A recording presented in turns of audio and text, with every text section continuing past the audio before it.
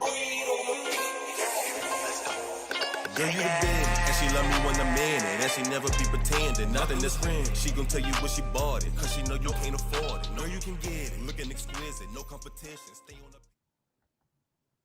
Hello, hello, hello. Welcome, everyone. I'm your host, Camille Cower. I am so excited to have you guys here on the E Spot with Camille. Today, I'm going to have the one, the only Geechi Dan. I'm going to show you a little bit about him. One way to do an introduction, then there's another way to do an introduction. So let me just do this real quick. Let's get it going. Wrong one. There we go. Sorry, I'm having a little technical difficulties. Hi, Geechi Dan. How are you? Hey, how you doing? Can you hear me loud and clear? Is my good? You're good. You're good. How's everything with you right now? What are you up to? I'm just chilling, just relaxing. I just came back and taking care of some business, so I'm back. I know I had a 6 o'clock interview with you, so I said I want to come in and I want to be on point. I want to be on time for you. You know what I'm saying? I appreciate that. I greatly appreciate that because there's nothing worse than you're sitting here. I wonder if they're going to show up, if they're going to be on time, what's going to happen. Yeah, because you're already worried about the technical glitches as there is. So I greatly appreciate that. And I wanted to show a little bit about what you've been up to. So let me just show hmm this real quick. And you can tell everybody what's going on. I played with Chris. In the 80s, I was a come up. I used to rhyme with LL. Okay. For farmers. I used to rhyme with LL Cool J. He was about 6-7 blocks away from me. Man, Jaquan, and once again, Yeah, my dude Jaquan, what's up? So cool. Yeah, he's So Jaquan is our historian at the Hip Hop Museum in DC. So big shout out to Jaquan no, and everybody, Jeremy Beaver, Neil, Cortez, Jeremy, Christine, Red Summer, so yeah, Master G from the Sugar Hill Gang. So yeah, big shout out to everybody at Hip Hop Museum in DC. Big shout out to Generation Hip Hop Global. Everybody at Hip Hop Boulevard. Everybody at Pass the Torch with my man Mikey D. Big shout out to him. And I'm about to become another. I have another title, another situation uh-oh. that like I already An got enough, right? exclusive. Yeah, I'm like, what is it? Yeah. You remember in Living Um, Color, you're Jamaican? How many jobs do you have? I I know, right? had 3 jobs, man. Yeah. Yeah, this situation I'm about to um, get involved with is called Team Hip Hop. And big shout out to Rhonda Supreme and Grand Mixer DXT. He used to be formerly Grand Mixer DST, but Hmm. now he's known as Grand Mixer DXT. And he reached out to me and wanted me to be a representative for Team Hip Hop. Team Hip Hop is a global organization for teenagers to ride their bicycles throughout their community for a social cause. Nice. That's a great way to get kids out of the house safely. So I Yes. love that. I love that. Yeah. So Now, I'll keep you yeah. updated on that. Please do, please do. But wait, let's get everybody up to speed. Geechie Dan, for those Yep. that may not know who you are, which I don't know how they wouldn't, can you share a little bit about who you are, what you and how you got started in the music business? Okay. Well, my name is Geechi Dan. I'm the executive director of Hip Hop Museum in DC. I'm also a brand ambassador of Generation Hip Hop Global. I've been down with Zulu Nation since 1983. I started out on BAU 90.3 FM college radio at Adelphia University. Um, this was back in 1983. And Dr. Dre from Yo MTV Rap had a Love show called Dr. Dre. yeah, big shout out to Dr. Dre from Yo MTV Rap. He had a a college radio show called The Operating Room. Mhm. and him and T Money from Original Concept also was part of YO MTV Rap as well. Big shout out to T Money. They had a show, and it was on Monday night at 10 o'clock p.m. to 1 o'clock a.m. on Monday nights. And basically they would play, the break beats, the entire break of a song. They would play tapes. They would have, the newest music that was coming out from, the Beastie Boys, Run DMC, LL, Houdini, Fat Boys. They was playing all the new hip hop music. Yeah. Mixtape, mix shows and everything. And Flavor Flav and Chuck D were also involved with BAU radio, college radio as well, at Spectrum City. Hank Shocklee, Keith Shocklee, the Bomb Squad, which produced Slick Rick's album Public Enemy, and Ice Cube, DJ Johnnie Juice. We all family, all because of the radio station.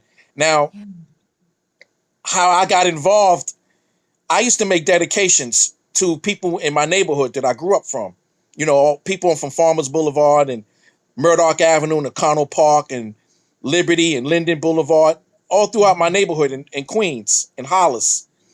And so they had 5 phone lines at the time. So I would clog up the phone lines. Geechi Dan says what's up to this one. Geechi Dan says what's up with that one. By the time I finished with my dedications, it'd be 30 to 40 dedications. So you're the one tying up all the lines. I was tying up all the phone lines. And so Dr. Dre was like, yo, Geechi. I mean, he said this on the radio, live on the radio. Yo, Geechi Dan, yo, man, you tying up the phone lines with all your dedications. Why don't you come up here and just say your own dedications? Yeah. I said, all right, cool. So I came up the next week and tied the voices with the faces. And that's how I got down. And I started answering the phones and saying my own dedications there at the station. And then eventually I started making demos for the radio station. And one of my demos caught the attention of a record label called Public Records. And that was courtesy of a brother by the name of Mikey D from Lawrenton, Queens. He had called up the radio station. And he said he liked my style. He liked my rhyme flow. And he liked the song. So he said, yo, why don't you reach out to Walter, which is the CEO of Public Records at that time in Manhattan, and take your demo there and, see what's up. So I had a record deal right on the spot. This is 1986. But unfortunately, I couldn't get heavily involved what I love to do in hip hop because my mother was a Jehovah's Witness. And she put a lot of pressure. And she put a lot of pressure on me, and put a lot of that mind control on me to make me think that I had to be a Jehovah's Witness to be successful. And so she kind of, I lost focus. And like I said, she threw a lot of peer pressure on me where anytime I try to make a move and doing something that I love, like hip hop, she would shut me down. Oh no. Yeah. I mean, that happens sometimes in the entertainment industry or even in the music industry where the parents don't want you to pursue it for the fear of not making money at it or just not wanting to get involved. I mean, my grandmother called it the devil's music, called MTV. Right. And so I would sneak it anyway. But I'm just curious, how were you able to, because obviously you're doing it. So how were you able to get past that point? When were you just like, I still have to live my dream? Well, it wasn't easy. My mother really, really had a lot of control on me, which is, I'm kind of ashamed that she had that much control on me at that time, and trying to make moves and trying to do something, it just seemed like damn near impossible to do. So this was back in 89 and 90. Um, I convinced her to move to Virginia, move back to Virginia, because she's originally from Virginia. So so she sold the house and relocated to Virginia. And when she did that, I got her out my hands. I got her out of what I was trying to do. But she still had some control on as far as going to the studio, and she had access to my social security number, so she would mess up my credit report and put loans in my name and take out loans, mortgages, and credit cards in my name. She would do everything possible, so I had to rely on her. Every time I tried to make a move, it was like yeah, you can't do nothing unless unless I allow you to do it. And she just, like I said, she had a lot of control on me. Yeah, I mean, this sounds like deeper than religion. Like there was just something else going on there. Did you guys ever resolve this, or are you still? Let me add. I was supposed to receive money from a guardianship account when I turned 18 years old. And it was about $43,000 at that time.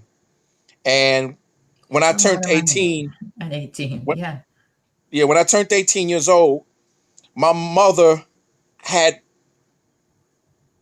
went and forged some paperwork from the surrogates court where they were supposed to, issue my funds to the bank. However, she received the paperwork without my knowledge. I didn't know she had received the paperwork. She received the paperwork and she forged my signatures and went and took the forged paperwork to the bank and got my money. And she tricked me and stated to me that I would be able to receive the rest of my money after she spent it. She said that I would be able to receive the rest of my money with conditions. And one of the conditions was I had to sign a notarized letter stating that I would continue going to the Kingdom Hall 3 times a week.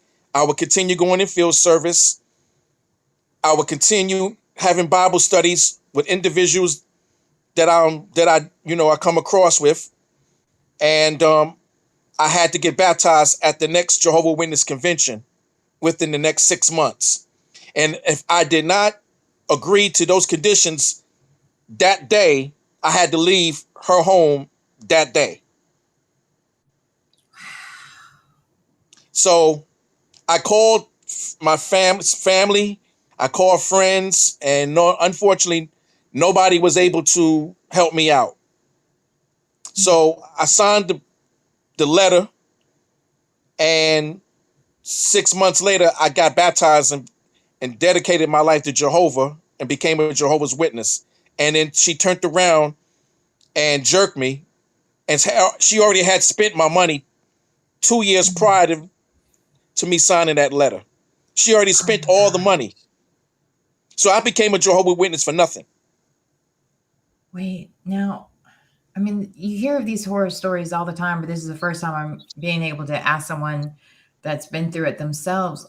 Like, was there any protections you had at all that you could, as far as getting your money back, or even I mean, you hate to turn in your mom, but this is very illegal at the same time. Yeah, well, that's not the only thing that she did. She did a lot of other stuff. Let's I'm not going to go. I don't want to go into it any further, but okay. I have it in the book. There's going to be a book. Now I already wrote one book. Yeah. Yeah, I'm going to turn it. I want to turn it into a movie because there's a lot more deeper, a lot more detailed than the book that I already had published and wrote back in I wrote the book in 2008. I wrote a book called The Kingdom Hall No More. And I Right, talk I about saw my that. 16 years. I talk about my 16 years experiences growing up as a Jehovah's Witness in Hollis, Queens, New York. And you know, that was just a piece of what I went through. It's you know, like when you do you remember the movie Mommy Dearest? Yes, I do. Yeah. Okay. No more My Myron story, Morris. my story would make Mommy Dearest look juvenile. It wouldn't, I there's no know. comparison. It's just, I mean, I don't know if you saw the DeBarge film that was out where like their Yes, I parents were did. horrible to them, and it just Yes. so many other kids who enter in, whether it's the music business or entertainment business, like later on in the line, you hear about these abusive or illegal relationships they've had with their parents. And it's just so heartbreaking because you wonder, how can you help these kids? I mean, they like, I know SAG has like these different rules as far as saving money and so on, but there really isn't any protections from this kind of stuff. Like, this is just mind blowing. And I'm so sorry you went through that. But I'm curious, how did you, I mean, obviously you're in hip hop. So what did you do? I don't want to mess up your book part at the same time. So how did you get to where you are now without giving too much away? That's probably going to be in the book. Let me tell you what saved me. Okay. It was the tapes. It was my tape collection. Mm-hmm. My tapes that I've been collecting tapes since I was a teenager. Okay. I would pop my tapes in and it will, you know, I cried. And if I was sad, I got happy again because those tapes brought me a lot of joy. It was part of me growing up, reminiscing. Mm-hmm. It took me into another place where I did when I listened to those tapes, it made me happy. Now tell the people a little bit about the tapes. What's on these tapes? Because they're, for some people may not even know what tapes are, but that's what we had prior to CDs and Yes. iTunes and all of that. Before you could download music, you had to record music onto these tape. Right. I don't even know how to describe it without using the word in the word, but needless to say, share a little bit about what's on these tapes, because you have like the largest tape collection of hip hop music, but it's more than that. It's personal with me because I started collecting these tapes while I was going to the Kingdom Hall, while I was, you know, sneaking to meetings in the Bronx, Zulu Nation meetings in the Bronx, sneaking when I was going in field service and you know, living that double life. You know, I would listen to these tapes. I would get the tapes. I would record some of the tapes off of the world famous Supreme Team show. Africa's Islam had a show called Zulu Beats. Mr. Magic had a show on WHBI. He played, you know, mixtapes, music and stuff like that. And, you know, I had friends in the Bronx and I had friends in Harlem. And I would, you know, get snippets of these tapes and I would be amazed at how these brothers and sisters were doing it back in 1980, 1981, 1982. I would hear, you know, the Kumo D versus Busy Bee battle. And then I started getting interested in more of these hip hop icons, you know, the Cold Crush 4, Treacherous 3, you know, the Fearless 4, Zulu Nation, Funky 4, Furious 5, Curtis Blow, Jazzy 5. You know, these were some of the individuals that was on tapes. Yeah, and they were like battling live, you know, like right. It was a once in a chance thing that you had these tapes, is what I'm getting at too. I want to make sure people understand, not just and at that time recording them. Yeah. And at that time I had to sneak to record them because my mother would be asleep upstairs and I would go down in the basement and she had this powerful Pioneer system. And at first I didn't know how to use the recording level. So I thought that the music that was playing on the radio had to be, the output had to be loud. Right. So she would catch me all the time recording the shows and she would come downstairs and shut down she would shut down everything down, and I had to go to bed. But as time went on, I saw there was a record level on the amplifier, on the Pioneer amp. And so I can record the music. I can have the music playing real low, so she wouldn't even hear it. But when the tape comes out, it was loud because I used to put the record level on like 6, 7. So that's how I was able to, beat her at getting the rest of my jams, the rest of taping the, the shows, the radio shows. And as time went on, I started getting instead of getting snippets of these tapes of these parties, and at the Harlem World, and at the T Connection, at the Savoy Manor, at the Autobomb, at the Disco Fever, I started getting the entire parties. I started getting the 60 minutes and 120 minutes on the TDK tapes and the Sony tapes, cassette tapes. Mm-hmm. So then when I go to school the next day, I would play the tapes on my box because I had a big burglar alarm radio, and I would carry my burglar alarm radio all throughout Queens, Harlem, the Bronx, Long Island, New Jersey, and play tapes. I never played nothing on the radio. I just played the tapes of all these shows and all these parties, and just started my collections. I had about 50 tapes by 1985. Wow. So right now, today, in the year 2020, I got close to 500. And those tapes saved my life. Those tapes got me through the dark times, and it gave me hope. It gave me a lot of hope that I can one day be allowed to live something and dream what I love to do. Mm-hmm. Where my mother told me I would never be successful. So it was I was very determined to show her wrong, that I can be successful in life. I can do what I love to do, what I dream of doing. Because you understand, LL Cool J lived about 6 blocks away from me.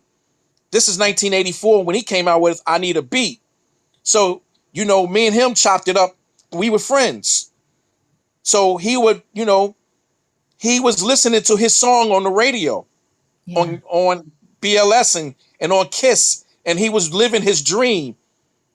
And I watched him. Mm-hmm. We talked.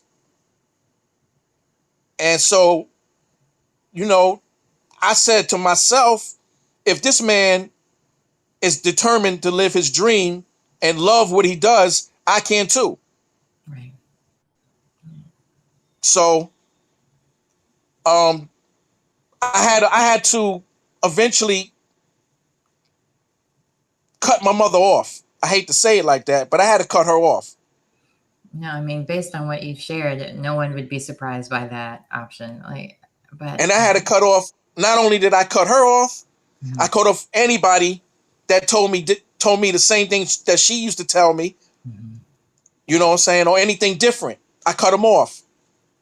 My family too. I cut them off because I didn't want to continue hearing that I can't do what I love to do. Mm-hmm. I didn't want to be around that toxic. And when someone tells you, especially your mother, tells you that you can't be successful in something that you love to do, well, that's more determination than a mother. That made me really want to show her that she's wrong. So and anybody else that did believe in you, who did you? No, I had one of my best friends, which unfortunately he passed away Memorial Day weekend. My friend, one of my best friends, his name is Keith Richardson, and he used to. I met him when I was a teenager, and he believed in me. He always stayed on my behind and always told me I could live my dream. And it's going to be a point in time in my life that I'm going to have to let go of certain people in my family. I'm going to have to let go some friends, and I'm going to have to eventually let go of my mother. And once I started doing that, God, he just started making things happen for me. But I had to go through some trials and tribulations to get to where I'm at, and 5 years ago, I lost everything. I lost my home. I lost my car. I lost my job. I lost my freedom. I lost my second marriage at that time. And I remember sitting on my son's bed, my oldest son, little Daniel. And I remember sitting on his bed and asking him, what should I do?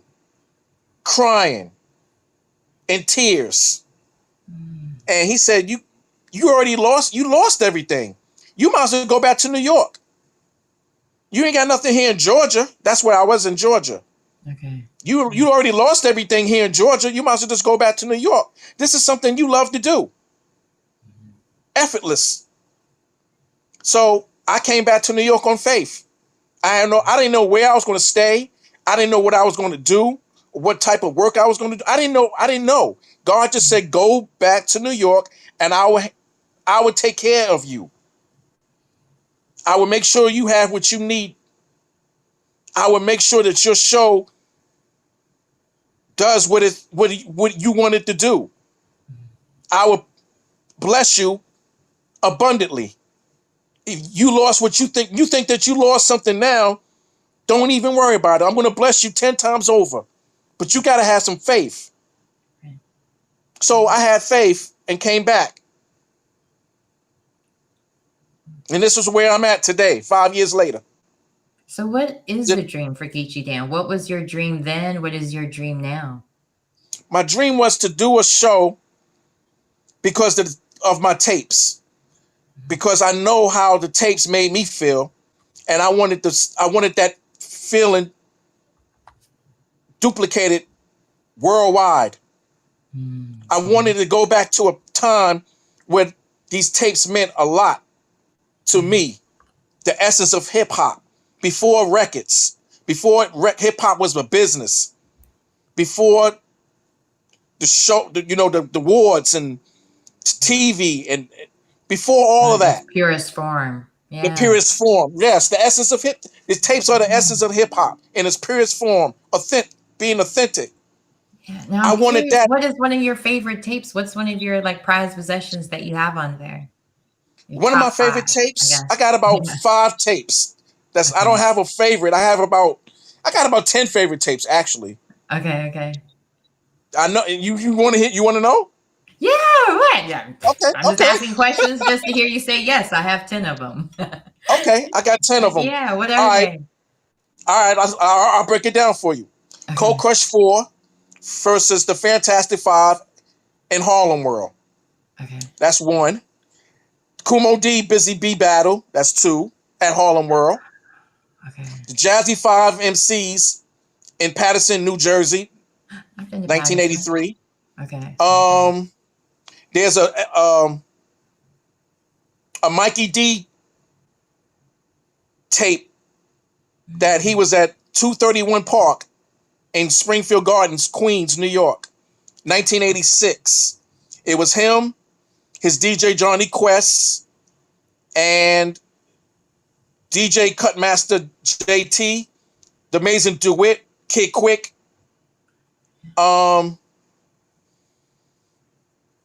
That was another nice tape. That was one of my favorite tapes of Mikey D. There's another tape of Mikey D when he battles Kwame, the Polka Dot MC. He's also from Queens.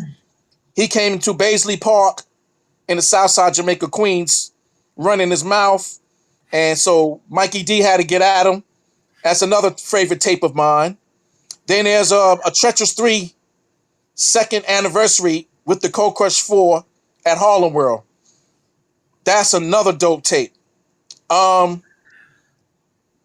there's another tape of Zulu Nation anniversary party number 6 at Bronx River Community Center in the Bronx in 1981. That's one of my favorite Zulu Nation tapes. Yeah. Then Funky 4+1 with Zulu Nation, Soul Sonic Force, and Cosmic Force and Funk Machine at a park jam. I believe it's 123 Park in the Bronx in 1981. Wow. Then Just there's hanging out another in the tape. park. That's Yeah, they're doing awesome. it in the park jam. And then there's another tape with Jazzy 5 MCs and a Cold Crush, and they at the Stardust Ballroom in 1982. And they going at it real hard at each other, but it's not a battle. Okay. And there's another tape with Jam Master Jay, rest in peace, Jam Master Jay from Run DMC. Mm-hmm. There's a battle that he goes against with the amazing duet from the South Side, Jamaica, Queens, in Baisley Park in 1989. So there's not too many people have that tape. Maybe 3-4 people have that tape. That's a special tape because that's when you hear Jam Master Jay in the park doing his thing. And being that he's no longer here with us, that's special. Yeah, for sure. And there's one more tape. There's the L Brothers tape, one of the back from 1978. That's another favorite tape of mine. So big shout out to the L Brothers, Busy B, Master Rob, and Waterbed Kev, Kevy Kev. Fantastic Five. You know what I'm saying? So the L Brothers, this was had the echo chamber. And that tape was dope. That was one of my favorite tapes as well. Yeah. Now, is there ever, how did you go about getting approval even to record the tapes? Because sometimes people don't, I mean, you see people now with their iPhones out in concerts like it's nothing. But back in the day, they were like, no cameras, no video, no audio. No. They recorded. Yeah. They recorded their parties. Most parties were recorded on the tape deck. Okay. And some of the tapes were sold like vinyl. This is before the records. This is before LPs. This is before the hip hop was a business. They did, at community centers and the park, and then they would, the next day they would sell the tape of it. $10. Okay. Like it was like a record. It was $10, and these tapes, eventually circulated all throughout New York. Tri-State area, all through the East Coast. So, when you're talking about, Akumo D Busy Bee battle at Harlem World, that tape should have went platinum because everybody had that tape. Yeah. Okay. That tape sold like wildfire. Cold Crush 4 tapes went just the same. Everybody had a Cold Crush 4. Big shout out to the Cold Crush. They ran the tape game for a couple of years. So you wasn't official if you didn't have a Cold Crush 4 tape, so their tapes are, heavily circulated. Dr. Rock, Force MCs. Man, these Curtis Blow, Grandmaster Flash, Grand Wizard Theodore, The Wiz Kid, Jazzy J, Red Alert. You had all these brothers and sisters, Queen Lisa Lee, Shy-Rock, oh my God, Breakout, Furious 5, so this was the beauty. Everybody was just jamming. Yeah. And as time went on, I started getting more tapes. People would like, what tape you got? I would trade tapes with different people. I would find tapes online. I would people from Germany and Italy and England. They would have shows, and I would, trade for what they have. And, slowly, and, I got all the park jams in Queens from DeWitt and Master B. So, Disco Twins, DJ Devon, and Infinity Machine. I started getting more tapes, like I said, within the last 5 years, I had about 200 to 250 tapes. Now I got like almost 500. Wow. That's amazing. Now, you told me your top 10 tapes. Have there been any that you've traded or even that maybe you've lost that you're like, man, I wish I could get my hands on these? Yeah, I Okay. lost a lot of tapes. Oh no. Okay. What were some of I the lost ones a you lot of lost? tapes. Do you remember any of those, or you're just like spilt milk, not gonna think I about lost it a again? tape. I had a tape that Flavor Flav from Public Enemy gave me. Okay. And that tape was when they did all their Public Enemy songs on a Japanese radio station, and Chucky D and Flavor did the songs off of breakbeats. They didn't do them off this music that they recorded on the song. They rhymed the lyrics off of breakbeats. And Flavor Flav gave that tape to me. I lost that tape. Oh no. Maybe he has another one and you'll see this and be like, oh, I can get you that again. Probably not. Yeah. I lost I had a party in Long Island. Okay. Oh my God, it was a dope tape. Oh my goodness. I wish I can find this tape again. I had it nice and clear. It was loud and clear too, man. Oh God. Oh, I wish I could get that tape. It was a brother that was a 5%er. And he was really popular in Long Island, in Roosevelt, Long Island, and he died of I think he had died of AIDS. I'm not sure. But I know he had passed away, and they gave a party for him at a church in Roosevelt, Long Island. And oh man, that was a beautiful tape. That was a dope tape. And I remember, so I had that tape. I had another tape. I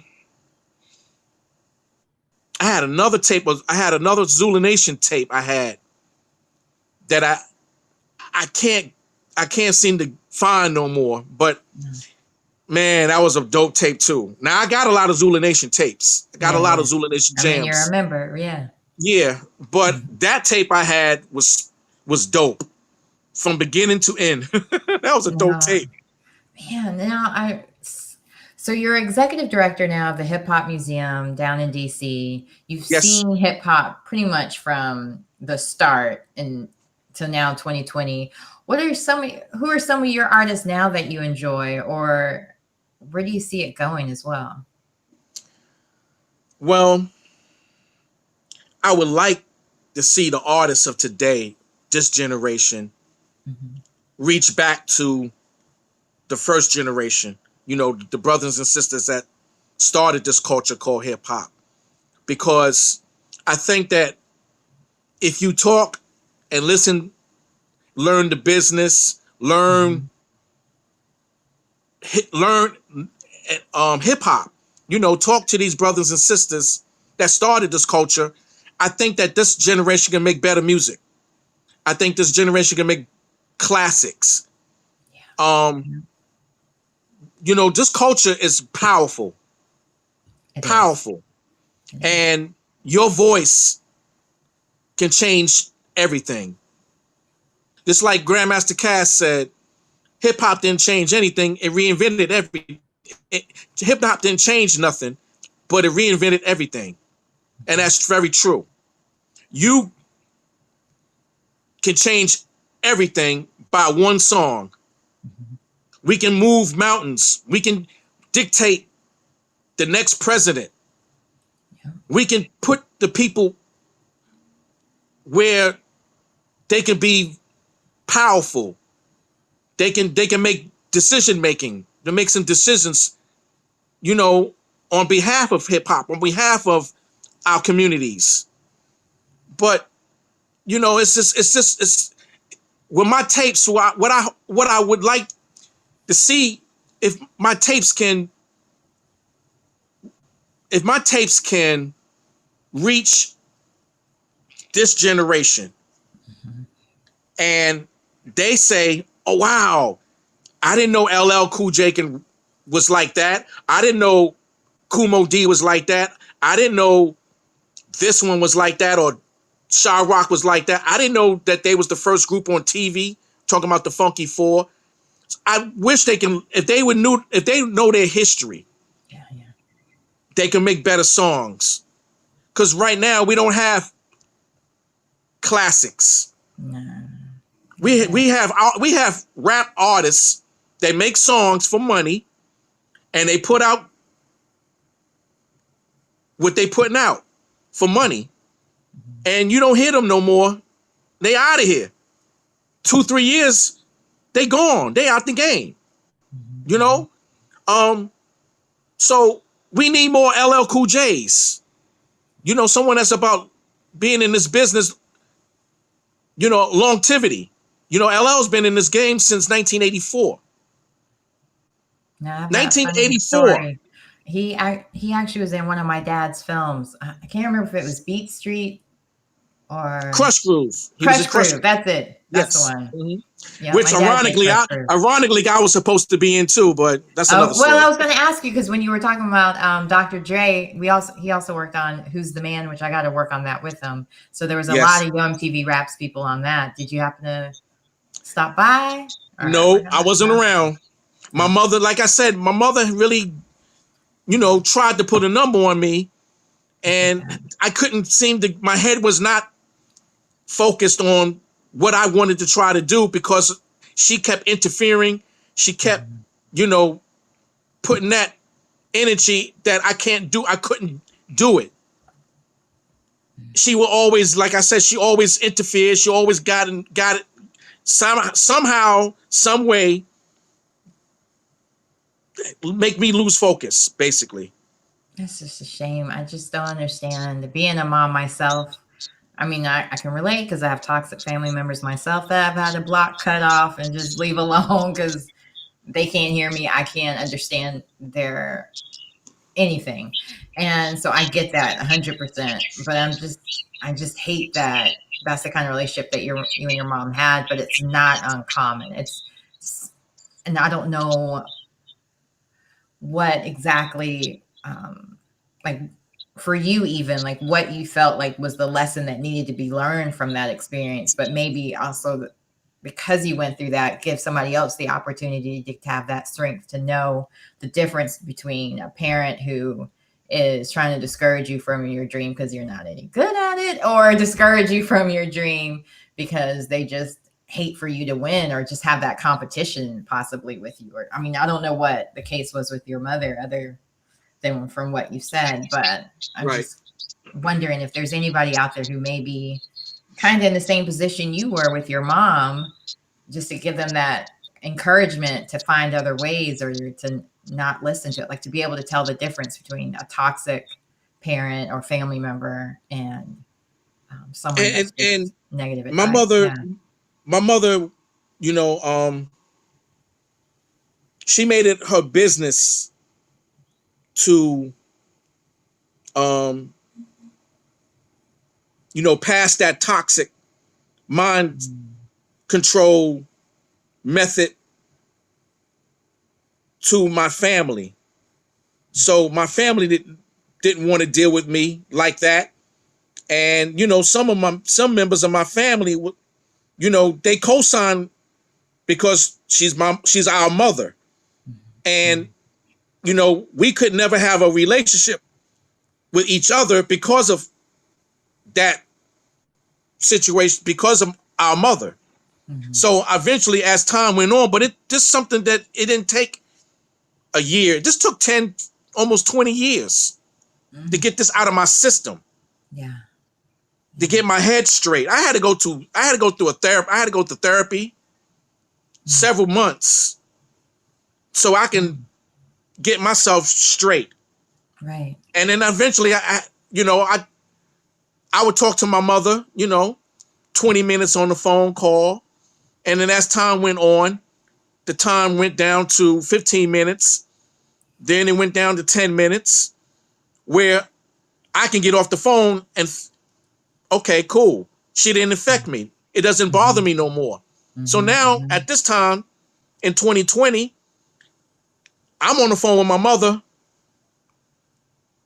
8 minutes tops. And I have to go.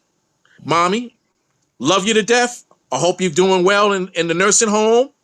And I hope you're getting you're taking your medication, your meals, and I'll call you back, in a couple of weeks or a month to check on you, and I'll talk to you later. Yeah. I don't tell her what I'm doing no more, because when I used to tell her, she act like she didn't hear me, or she would totally ignore me and ask me, have I seen any Jehovah's Witnesses lately from the Kingdom Hall? Have I spoken to this certain family member? So my thing was, I'm not going to allow her to keep putting me down or making me feel bad. Yeah. No. Your boundaries. Yeah. No, that's awesome. Right. So, without being disrespectful, look, I would look at my watch, it's 7 minutes or 8 minutes, and I could tell there's nothing more to say. Right. She's not happy for me. She's not happy for whatever I'm doing. Mm-hmm. Mm-hmm. So why even waste my time telling her? Right. Because every time I used to tell her, she was not interested in that. She was like, she act like, I say, Mommy, I became the executive director of the museum in DC. Mm-hmm. Oh, so have you seen sister, or brother, sister, so on from the Kingdom Hall? She just act like she was, she'll change the subject. Yeah. Get off the phone. She wouldn't even say, I love you. So, I'm like, why am I continue and having myself wrapped up with her, knowing that she's toxic, knowing that she doesn't wish me the best, knowing that she don't love me like that. So why am I keep doing this? Why I keep setting myself for this? So, I stopped doing that.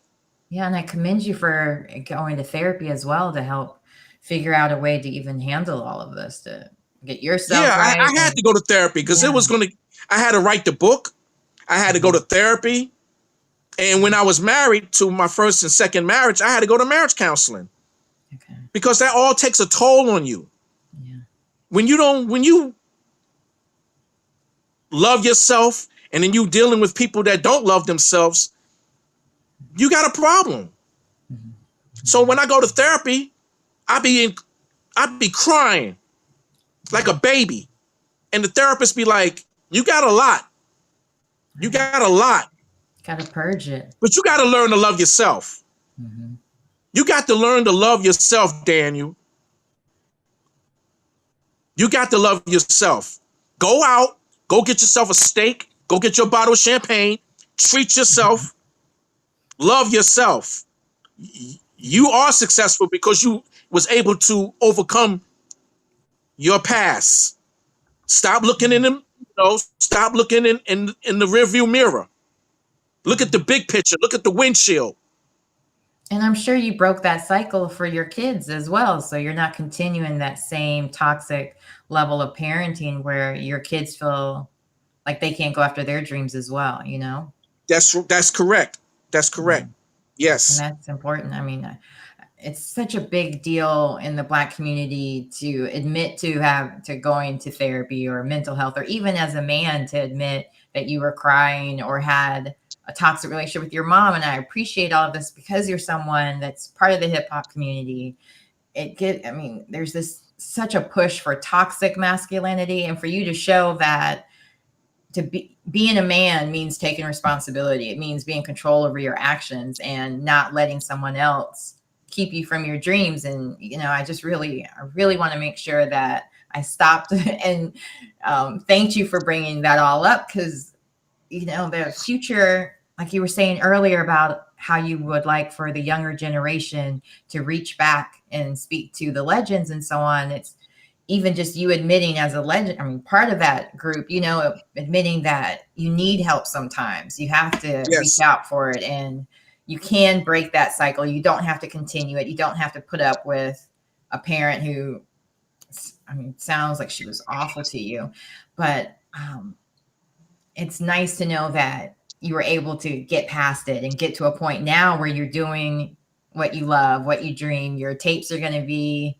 part of your book as well as the book you've already written, and you got your kids and they love you, I'm sure, and you guys have a great relationship. So you were able to stop that Yes. that cycle. Yes. You know, it's so important because I've mentioned this to a lot of guests that I've had on with hip hop music. Like I grew up listening to like KRS-One, Public Enemy, Tupac, Yo-Yo, Eve, all of those people who just, they were artists that would rap about things that had meaning, about, oops, speaking of family, Yes. it's all good. No, but speaking about all those different social issues that are going on and making a point of trying to encourage us to be better, to unify, to get together and have that unified voice. And hip hop tends to be the voice of the young and the youth. And there was recently even a list where they're talking about how many rappers over 40 are still in the game.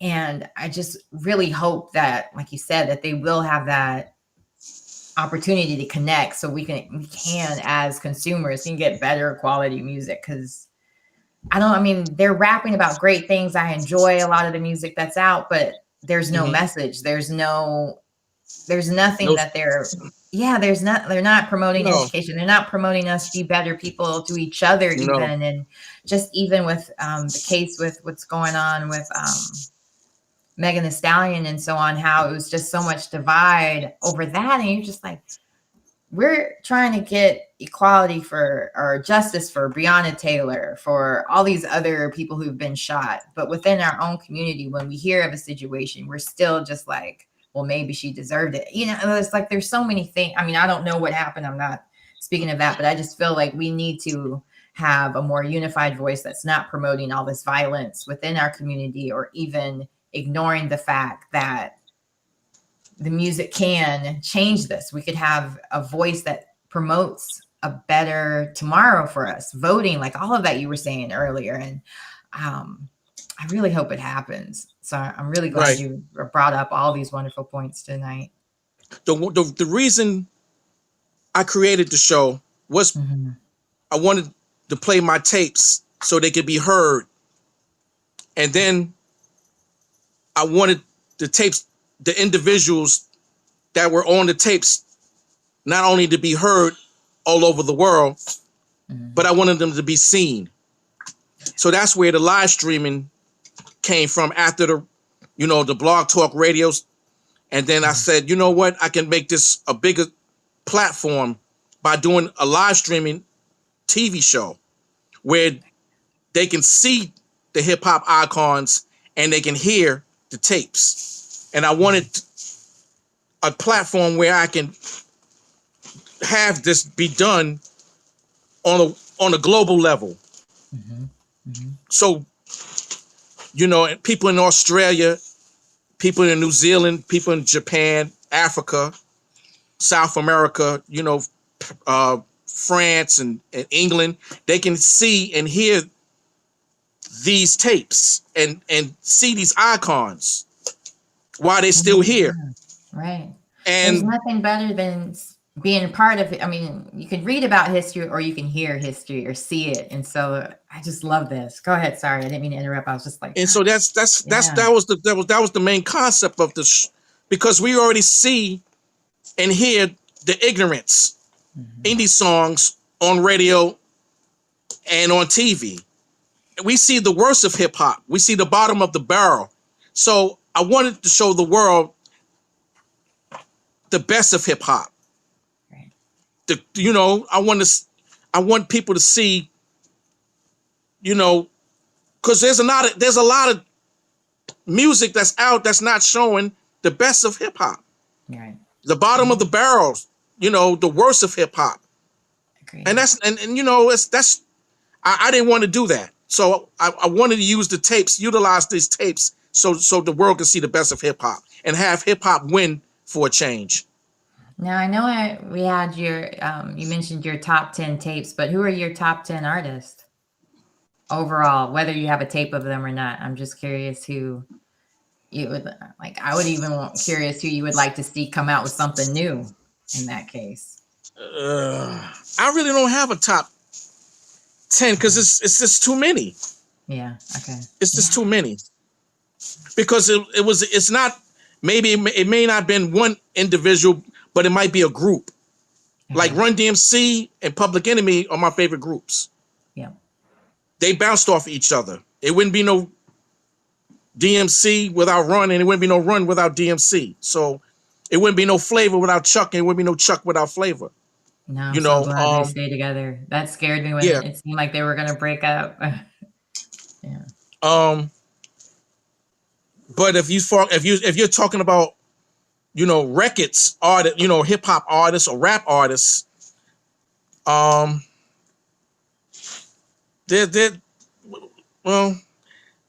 I'm an MC, so I'm always gonna be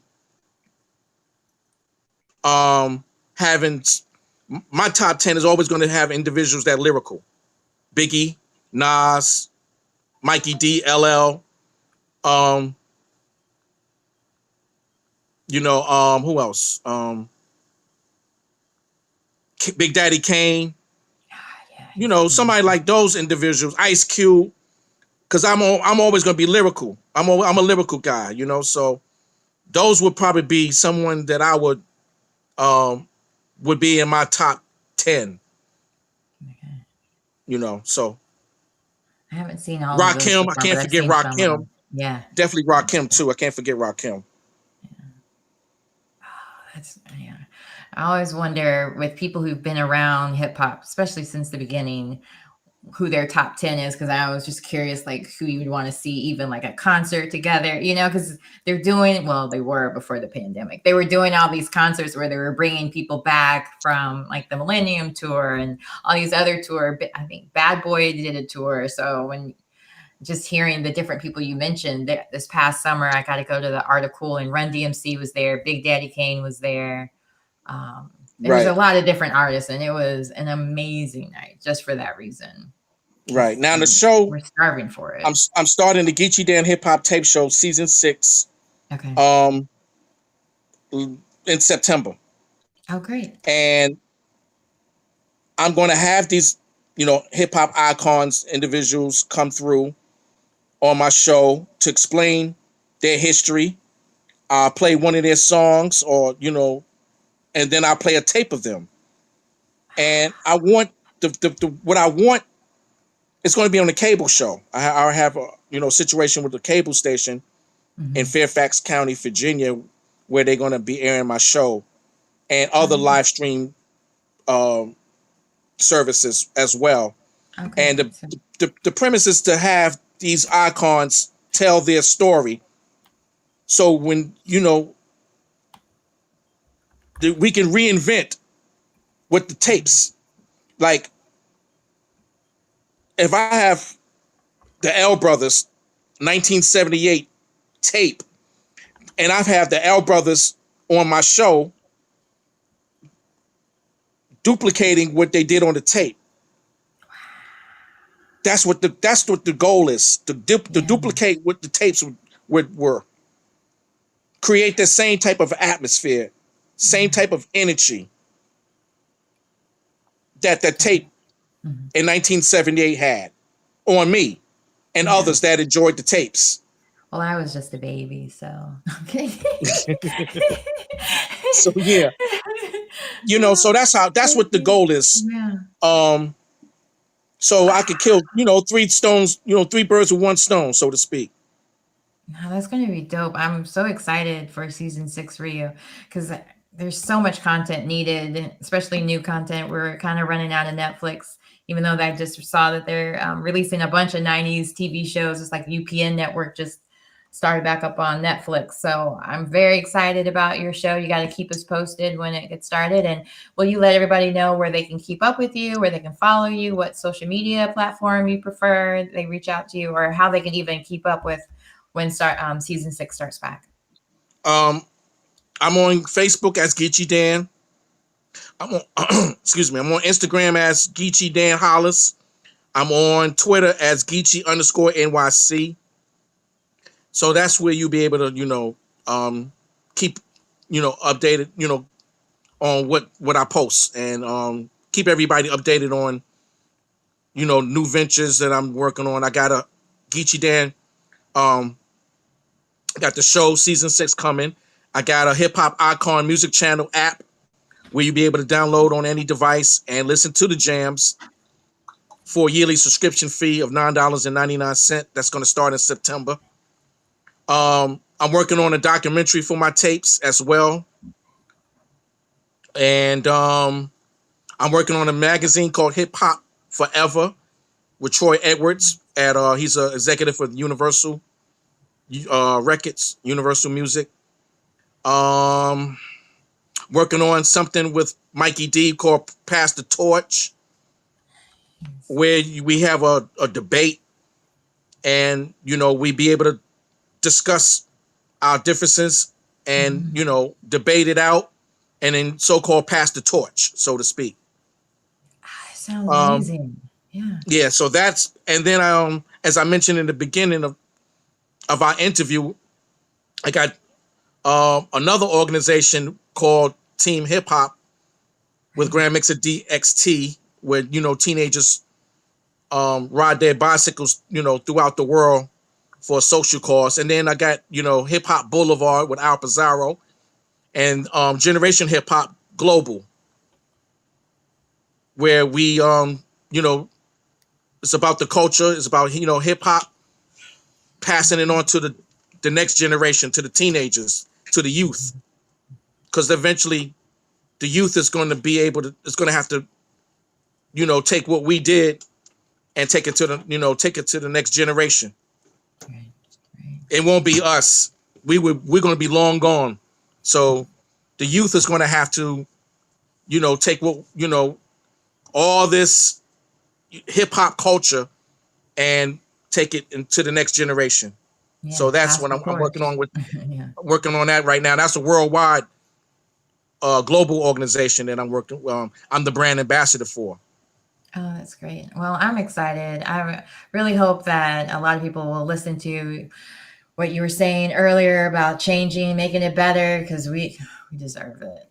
We deserve better music, and hip hop started off so great that it's sad to see it decline. But I'm sure with everything great, it always comes back. So we'll see what happens at the end of this pandemic, because I'm sure a lot of people have had some time to reflect and realize that they could do better. So. Yes, if you don't know your past, you won't know how to move in the future. Mm-hmm. Mm-hmm. So you have to know what was to what will be, or what can be. All right, respect your elders, even. Yes. Well, definitely. The ones that are worthy of respecting, obviously. Well, again, thank you so much for joining us. And I kind of mentioned, because even Nicole brings it up, and again, like sharing your vulnerability and discuss the challenging matters that you did with about your mom and so on. And I'm just really excited about seeing everything that you're going to accomplish now that you don't have that negativity holding you back. So right. Thank you for the interview. Thank you for reaching out to me, and I appreciate all everybody following me on Facebook and Twitter, Instagram. So thank you. I appreciate it. Oh, it's my pleasure. It's my pleasure. All right. Well, you have a great rest of your night, and thanks again for stopping by the East Spot. Okay. Thank you. Oh, that was my guest, Geechi Dan. Wow, cool. I cannot wait to hear those tapes. I'm just thinking about, because I don't know if you guys remember the group DOS Effects. I was like thinking about that too. I was like, I wonder if he's got any tapes with them on it, because I remember they were crazy back in the day. But anyway, we'll have to keep looks on all of his different social media platforms and see what's coming out and what's new. And thank you all for watching and tuning in. Remember, tomorrow I will be on Instagram Live at 6 o'clock. So make sure you tune in over there at The Real Camille Cower. My guest is Shay McCrae. Speaking of radio, she is from FUBU Radio. She has the Shay McCrae Show. I am so excited about talking with her. She's an actress. She's a radio host. And she's absolutely beautiful. So I know we're going to learn so much from her tomorrow. So she's going to be my guest tomorrow. Tune in at Instagram. That's where I'm going to be from here on out on Fridays, Instagram. So check me out over there. And I hope you guys have a good rest of your night. I'll see you guys soon.